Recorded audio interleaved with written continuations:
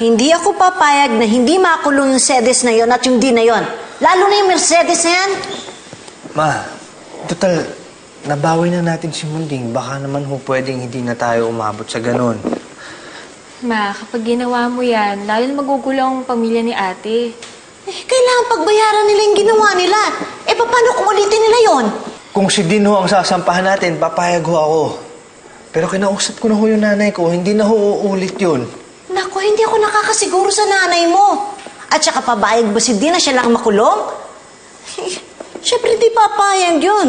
Dapat managot talaga silang dalawa. Ma, hindi naman ho ako papayag na makulong yung nanay ko. Anong klaseng anak naman ako kung hahayaan ko yun? Ano naman nung iisipin ng mga anak ko kung ipakukulong ko yung lola nila? Papakulong niyo po si Lola Mercedes? Hindi po papakulong si Lola Mercedes. Lola ko pa rin po siya. Kahit masungit po siya sa akin minsan. Anak, hindi ka dapat nakikinig sa usapan ng matatanda. Umakit ka na doon.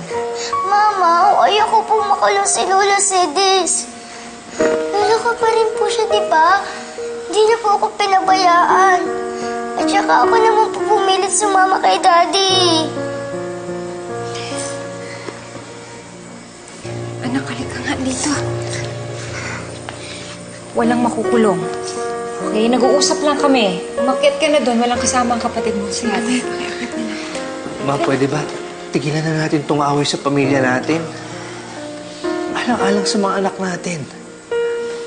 Tama po si Eman. Nakita niyo naman po kung gaano kamahal yung Munding si Mercedes. Ano na lang pong iisipin ng bata kapag nakulong si Mercedes. At saka ma, diba ang gusto natin masayang environment para sa mga bata? Paano naman natin magagawa yun kung paparusahan natin yung isa't isa? Fine! Ay, nako. Ano pa ba naman magagawa ko? Ginagamit yung mga apo ko laban sa akin.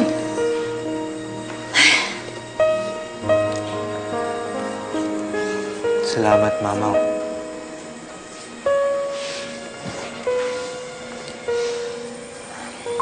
Halika na. Samahan na natin yung mga bata sa taas. Mauna ka na. Meron pa akong isang taong kailangang harapin. Sino?